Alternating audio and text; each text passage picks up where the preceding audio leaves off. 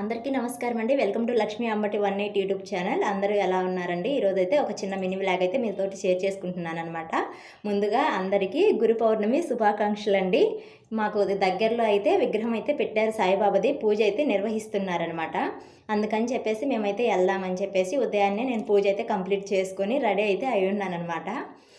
పెద్దూరు నుండి పల్లకి తీసుకొని వచ్చి ఇక్కడ మా ఊరిలో ఒక ఇంట్లో పాదుకలు అలాగే స్వామివారి విగ్రహాన్ని అయితే ఆ పల్లకిలో తీసుకెళ్తారు. ఇద్దరం అయితే వెళ్తున్నాం అనమాట, బావగారి కొడుకు. మేమిద్దరం అయితే గుడి దగ్గరికి వెళ్తున్నాము. హాయ్ చెప్పు.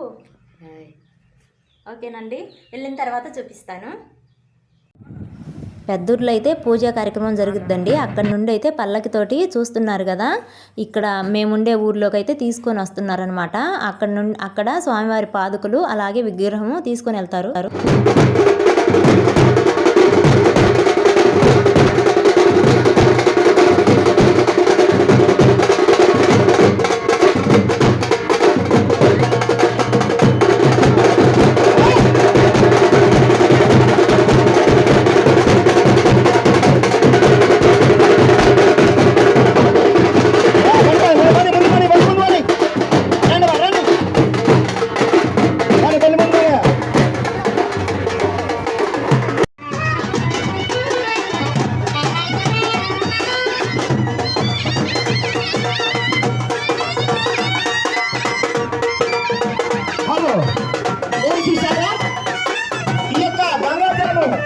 కృష్ణా, గోదావరి, సరస్వతి, గంగోత్రి, యమునోత్రి ఐదులలో నీళ్లు, తర్వాత సముద్రపు నీరు కలిపి ఈరోజు కలిశాలు ఊరేగింపు జరుగుతున్నది.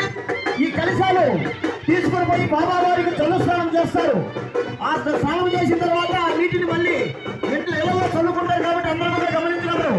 తర్వాత అయిన తర్వాత ఏమంటే సాయి వాతావరణం కాబట్టి 50 మంది కూడా ఈ 200 మంది స్వామివారికి హారతులు తీసుకోవాల్సిందిగా మరి ప్రార్థిస్తున్నాం.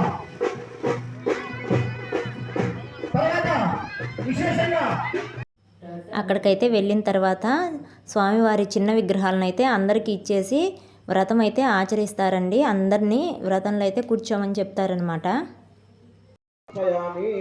చక్కగా ఇక్కడ స్వామివారి పంచామృత అభిషేకం జరుగుతూ ఉంటుంది. చక్కగా ప్రశాంతంగా చూస్తూ ఉండండి.